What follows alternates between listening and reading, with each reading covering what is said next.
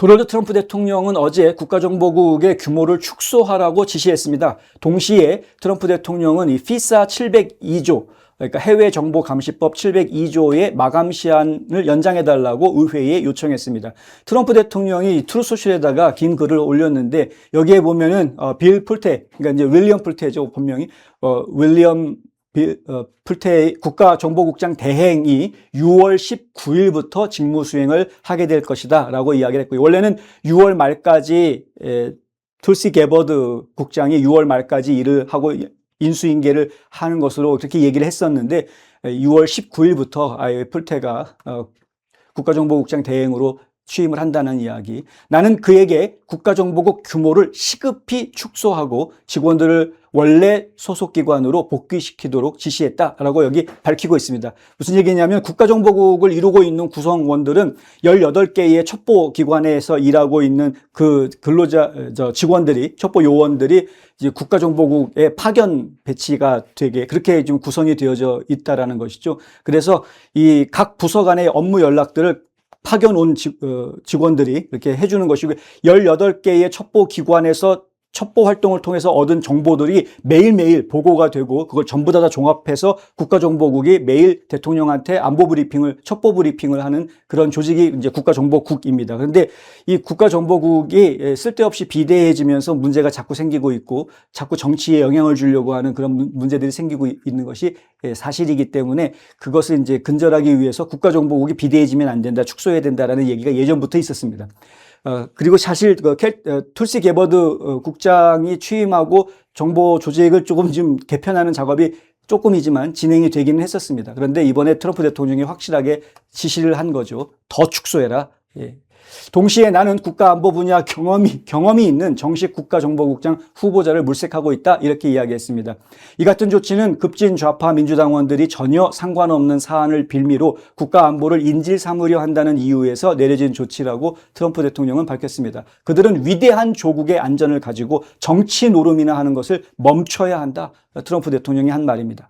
트럼프 대통령은 월드컵과 건국 250주년 기념 행사 기간 동안에 안전 유지를 위해서 해외정보감시법 702조가 매우 중요하다라고 이야기했습니다. 나는 의회에 국가정보국장 정식 후보자 선정 및 인준을 위한 시간을 확보하기 위해 피사에 단기 연장안을 보내줄 것을 요청한다라고 이야기한 겁니다. 자, 피사, 이 해외정보감시법이라는 것의 702조라는 건 뭐냐면요.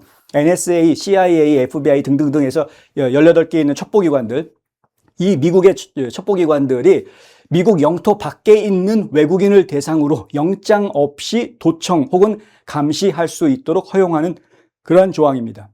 외국인들에 대해서, 미국 시민이 아니라 외국인들에 대해서 도감청할 수 있는 그러한, 그리고 이제 조사할 수 있도록 해주는 그러한 법입니다.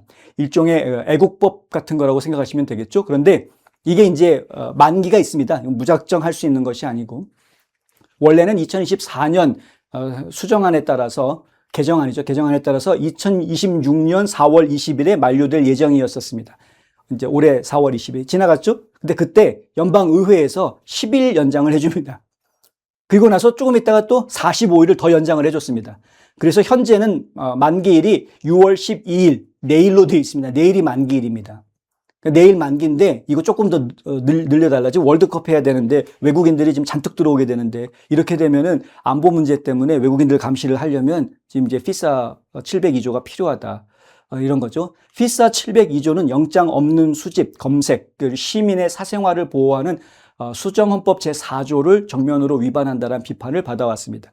헌법에 분명히 사생활 보호를 할 수 있게 되어져 있는데 근데 아무리 외국인을 감시하는 거라고는 하지만 그 외국인과 연결되어져 있는 미국 시민들이 서로 연락을 주고받는 것, 이거 다 도감청 되니까 결국은 그것이 처음에는 외국인 감시였으나 하지만 수사를 하다 보면은 그냥 미국에 있는 시민들까지도 감청하고 도청하게 되는 이런 문제가 생기게 된다라는 것이죠. 그래서 이거는 안 된다. 프라이버시 보호해 줘야 된다 해가지고 반대의 목소리가 상당히 컸습니다.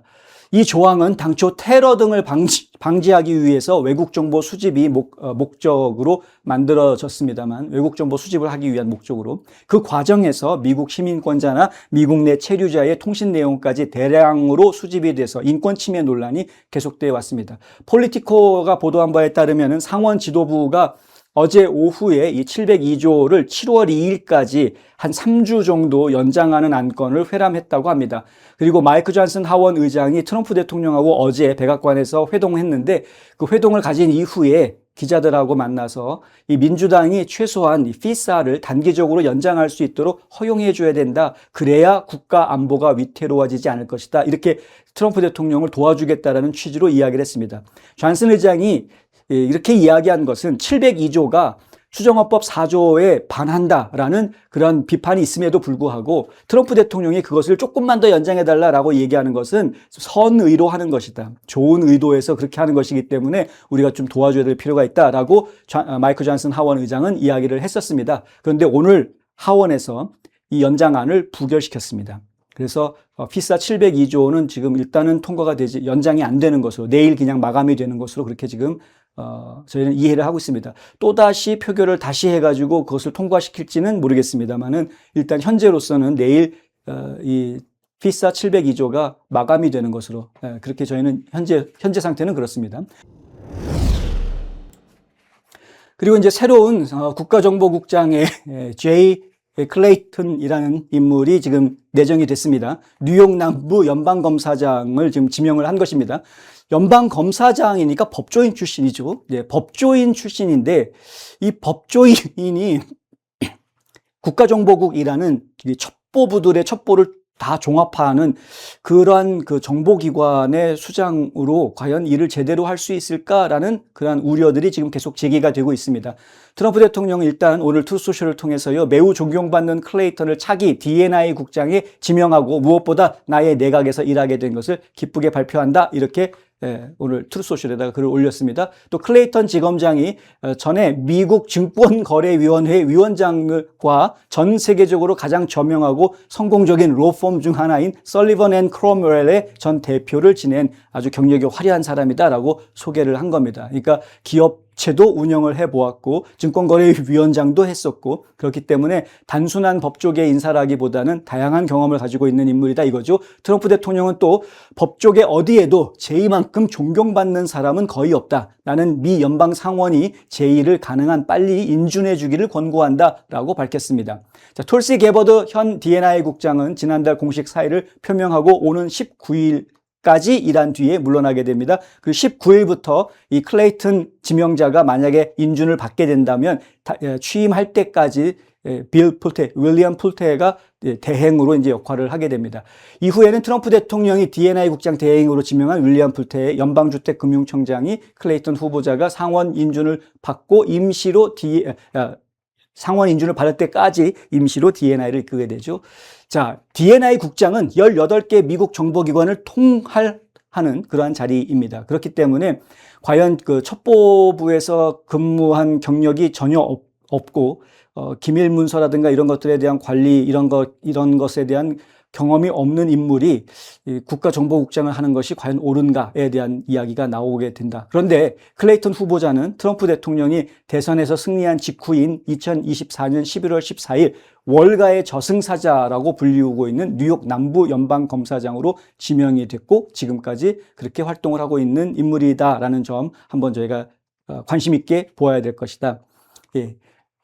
월가의 저승사자가 이제 딥스테이트 잡는 저승사자가 돼서 나타났다라고 이해하시는 것이 맞다는 거죠. 트럼프 대통령은 다른 사람들을 보고 있지 않습니다, 지금. 다른 사람들을 보고 있지 않고요. D&I 국장한테 거는 기대가 딱 한 가지입니다. 딥스테이트 척결. 그것만 보고 있습니다. 지금 그것만 기대하고 있는 겁니다. 왜 법조인이 필요하냐? 다른 데서 찾지 않고 굳이 법조인 중에서 이 D&I 국장을 앉히려고 하는 것은 법정 싸움을 많이 해야 되기 때문에 그런 거죠. 그러니까 첩보부 활동 뭐 이런 게 중요한 게 아니라 지금 첩보부들 안에 있는 딥스테이트들을 제거하고 이들을 기소하기 위해서 기소를 위해서 필요한 거다. 그래서 법조인이 필요하다라는 겁니다. 툴시 게버드가 아주 트럼프한테 충성했고 열심히 일을 했는데 결정적으로 기소를 못한다. 조사 다 해가지고 증거까지 다 확보를 하고 버락 후세인 오바마가 원흉이다. 지적까지 다 하고 발표까지 다 했는데 몇 달이 지나도록 기소를 못한다. 그런데 법조인들은 기소할 수 있죠. 어떻게 하는지 아니까. 해봤으니까. 자, 그러니 지켜볼 일이다라는 겁니다. 펜실베니아 대학 학부에서 공학 전공을 했고요. 케임브리지 대학에서 경제학 학사학위를 받았고 펜실베니아 대학에서 로스쿨을 졸업한 경력을 가지고 있습니다. 클레이턴 후보자는 경력상 법조계 및 금융규제 분야 관료 출신으로 분류되는 인물이기에 국가안보라든가 정보 분야 전문가라고 보기는 어렵다라는 평가가 있습니다만, 하지만 아까 설명드린 대로 트럼프 대통령이 기대하고 있는 것은 어차피 첩보 활동은 각 8개 부서에서 다 하는 거고 이 자리는 보고만 받는 자리니까 결국 결론적으로는 보고를 받아서 문제가 드러났으면 그러면 행동으로 옮겨야 되는데 그게 안 됐었기 때문에 이제 그거를 하자라는 이야기. 그래서 지금은 기소 경험이 있는 검사 출신들이 이게 딱이다라고 생각하고 있는 겁니다. 충성심이 검증되어져 있는 인사로 알려져 있고요. 전문성과 관계없이 지금 기용을 무슨 충성파만 기용하려고 하느냐, 지금 제대로 된 사람 기용해야 되는 거 아니냐, 이런 비판들이 나올 수는 있겠고, 아마 민주당 쪽에서는 인준 청문회 할 때, 인사청문회 할 때 상당히 비판적으로 방해를 할 가능성이 상당히 커 보이기는 합니다만, 뭐 그럼에도 불구하고 상원에서는 공화당이 지금 다수당이기 때문에 뭐 순탄치는 않겠으나 하여간 어쨌든 인준을 받지는 않을까 좀 기대를 해보도록 하겠습니다. 근데 트럼프 대통령이 왜 이런 사람을 이 자리에 앉히려고 하는지는 우리가 잘 읽어야 될 필요는 있어서 설명을 좀 드렸고요.